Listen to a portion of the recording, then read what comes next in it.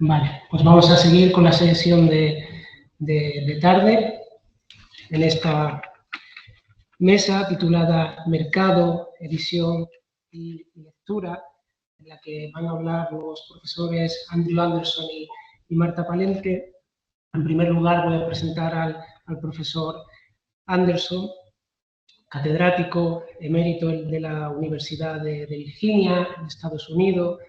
Es editor de textos como Diván del Tamarit, llanto por Ignacio Sánchez Mejías, 6 poemas galegos, Espasa Calpe en el año 88, epistolario completo en cátedra con Christopher Maurer, poemas en prosa en Comares, poeta en Nueva York, edición del manuscrito original en Galaxia Gutenberg, y autor también con Maurer de Federico García Lorca en Nueva York y La Habana. Es también autor de varios estudios monográficos como Lorca's Late Poetry, el 27 en tela de juicio, publicado en Gredos en 2005, o Ernesto Jiménez Caballero, Los años de vanguardia, también El momento ultraísta en Iberoamericana Verwer, La recesión de las vanguardias extranjeras en España, es decir, toda una línea de estudio dedicada a las vanguardias, un reconocido especialista en este ámbito.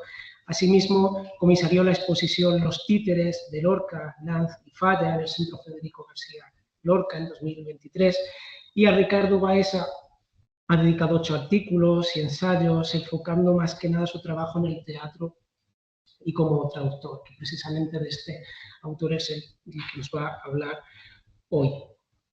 Sí que tengo que decir antes que estoy sustituyendo a mi compañera Guadalupe Nieto, que es una de las encargadas de coordinar este seminario, que sin ella hubiese sido imposible estar hoy aquí todos. Así que le doy las gracias a mi compañera y sobre todo el apoyo que nos han dado desde la Universidad de Extremadura. Y la conferencia del profesor Anderson se titula Ricardo Baeza y su asociación del mejor libro del mes, 1929-1932. Pues, profesor Anderson, cuando usted quiera, tiene la palabra. Muchas gracias, ¿no? Muchas gracias por la posibilidad de participar así virtualmente, ¿no? Bueno,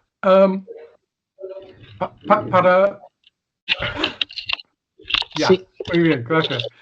Para 1929, Ricardo Baeza, nacido en 1890, ya llevaba más de 20 años trabajando en múltiples áreas del mundo literario, como colaborador de revista, traductor, crítico, periodista, escritor de viajes, empresario y director artístico teatral, conferenciante, publicista y editor.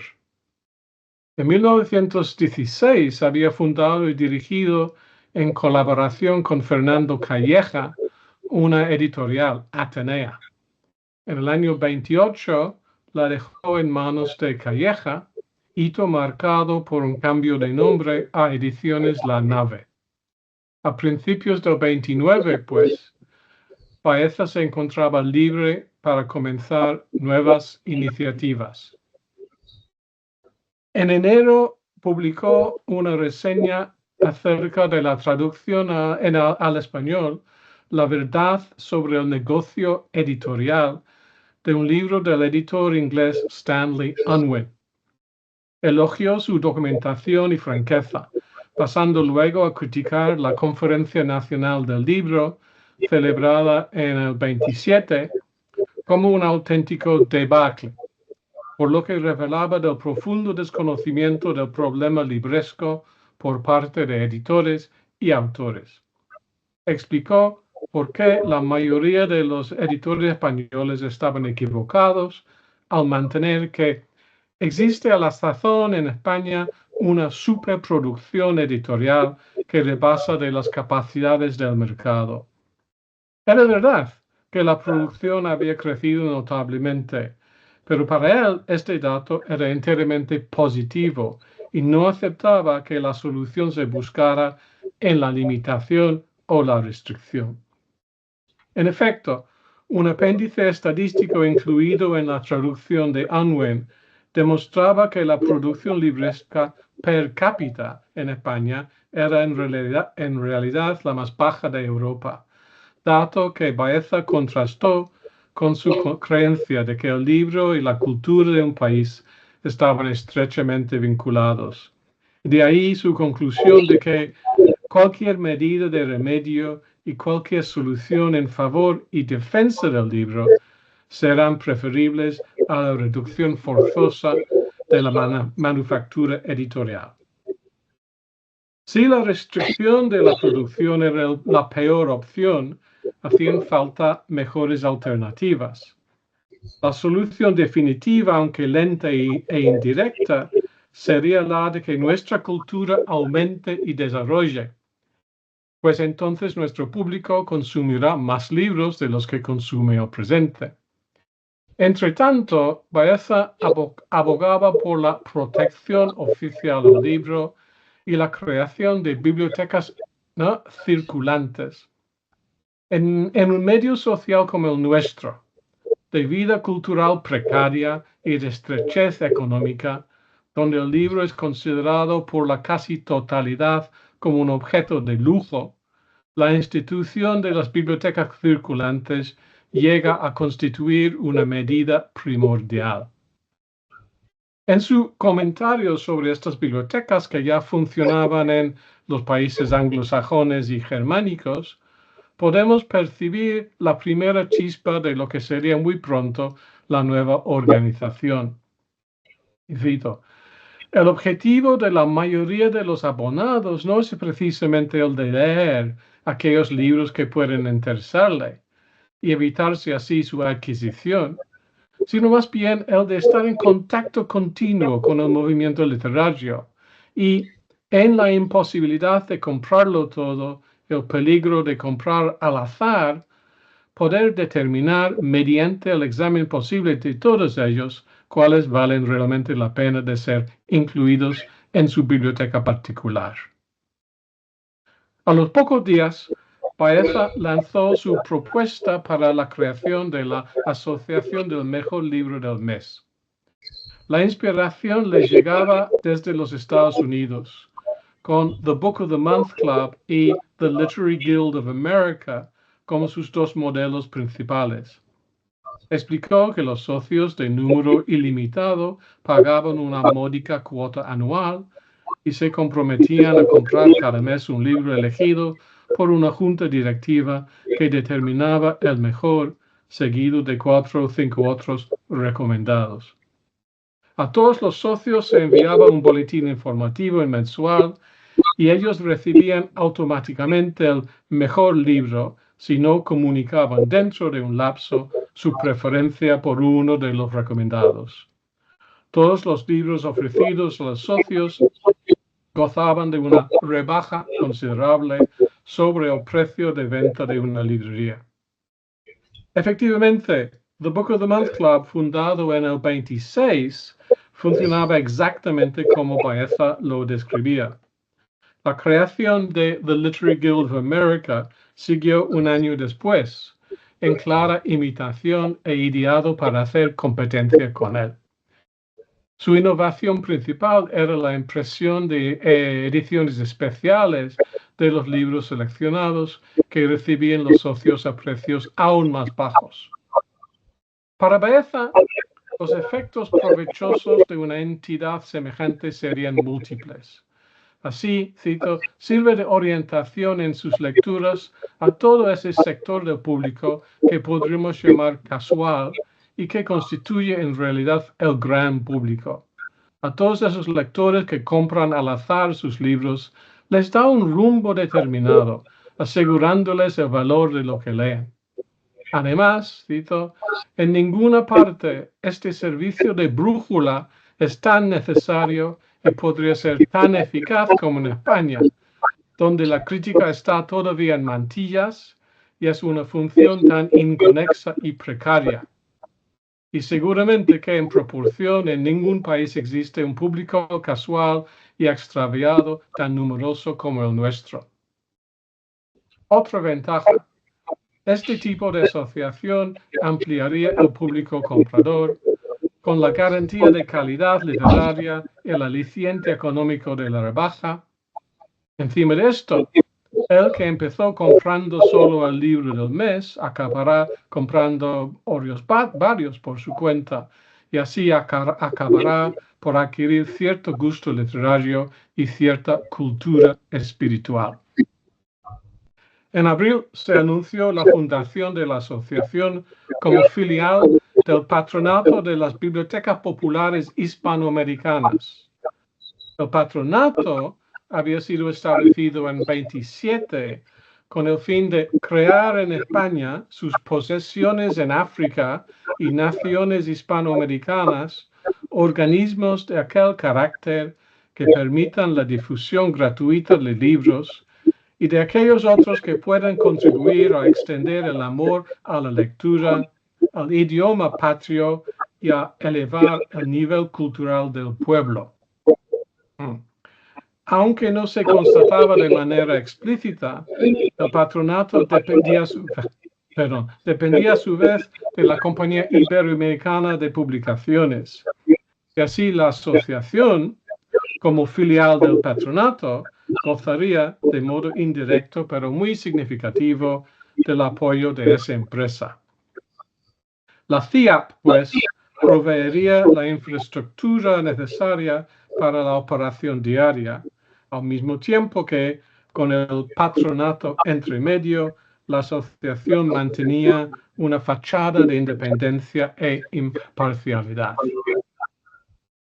En distintos momentos formaban parte del comité de selección Rafael Altamira, Azorín, Enrique Díez Canedo, Díez Gómez de Vaquero, Ramón Menéndez Pidal, Gabriel Miró, Ramón Pérez de Ayala, Pedro Sáenz Rodríguez, José María Salaverría y el mismo Baeza. Dos de ellos, Altamira y Sáenz Rodríguez, también estaban en la junta directiva de la CIAP. Según los estatutos, cada mes el comité examinaría libros de orden literario y el mejor libro del mes sería por regla general de índole novelesca, sin excluir la posibilidad de que fuera de otro género. Quedaban excluidos las obras técnicas o científicas, igualmente las obras dramáticas. Aunque generalmente el título escogido sería de un autor español, tampoco se descartaba la posibilidad de que fuera la traducción de una obra extranjera. Y al lado del mejor se designarían los 5 o 6 que le siguen en mérito. Las condiciones de venta a los socios evolucionaron a lo largo del tiempo. En su última versión, con una cuota anual de 5 pesetas, los socios podían recibir el mejor libro con un descuento de 40% o podían sustituir un recomendado con un descuento de 30%. También se ofrecía una rebaja de 15% sobre cualquiera de los recomendados, sean del mes que sea, y un descuento de 10% sobre cualquier libro pedido a través de la asociación. El sistema básico de venta era por correo, con entrega contra reembolso, pero se añadió la posibilidad de recoger los libros solicitados de varias librerías situadas en diversas ciudades. Tiendas que, evidentemente, formaban parte de la red establecida por la CIAP. Todos los que han escrito acerca de The Book of the Month Club estadounidense están de acuerdo sobre los criterios que desplegaban los 5 miembros del comité al hacer la selección mensual. La organización era al fin y al cabo una entidad comercial, ideada, fundada y dirigida por un hombre que hasta ese punto había trabajado en el mundo de la publicidad. El jurado que él reclutó tenía una firme visión de su público, a mediados entre lo culto y lo inculto. Y a ese público se suele aplicar el término inglés middlebrow, ¿no? A diferencia de highbrow. Por consiguiente, se recomendaban siempre libros de interés general, novelas no demasiado modernas o experimentales, biografías, historias, libros de autoayuda, etc. Todo lo que pudiera llamar la atención del lector mediano. Según veremos, el Comité Español se apartó cada vez más no solo de la práctica americana, sino también de sus propios principios iniciales. Entre los autores cuyas obras fueron designadas como el mejor libro del mes, en los fallos desde mayo del 29 hasta marzo del 32, había 26 españoles.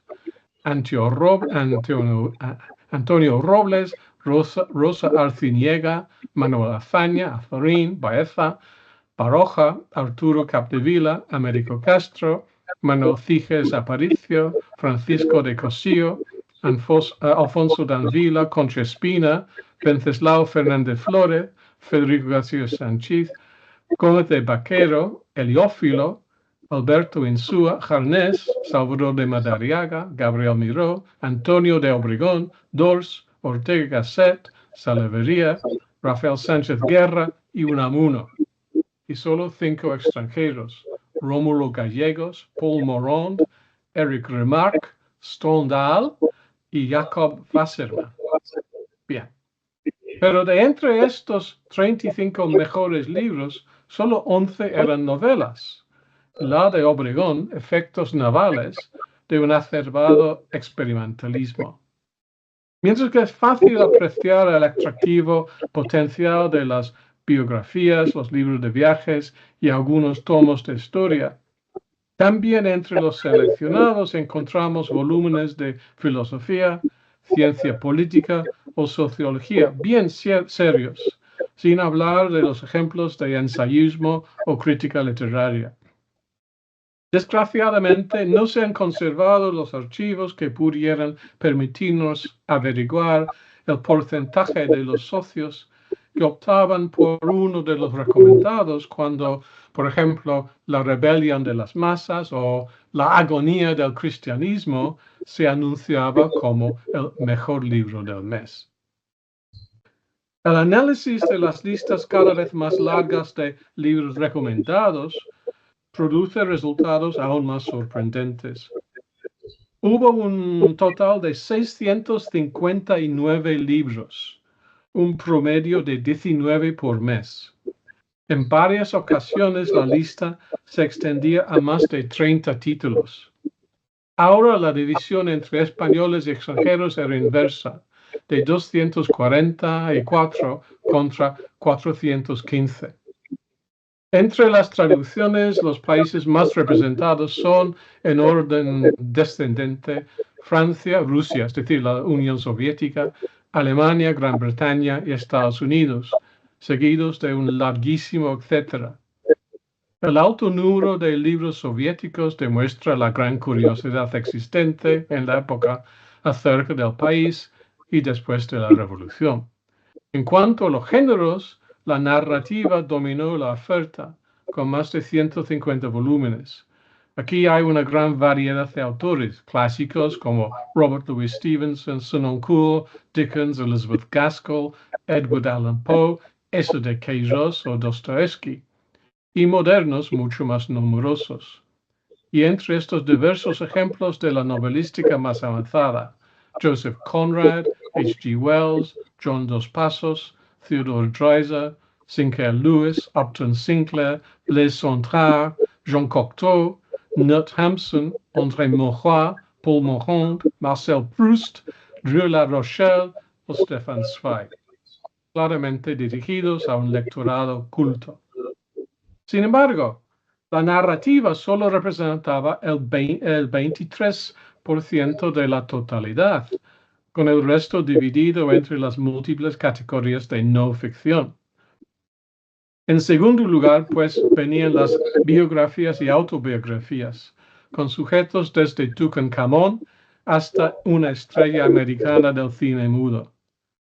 La literatura de viajes y de exploración era popular, y el comité eligió unos 25 ejemplos, con destinos desde África hasta las islas del Pacífico, desde los presidios de Guayana hasta los dos polos. Fueron seleccionados unos 40 libros sobre la Unión Soviética y su historia reciente. León Trotsky, era el escritor más representado con 4 títulos. En un orden distinto, el comité también eligió múltiples textos que trataban otro tema candente de la época, el sexo, el papel de los sexos y las relaciones entre ellos, y también la variación sexual. Entre los libros sobre estas otras áreas, destacaremos rápidamente algunos nombres.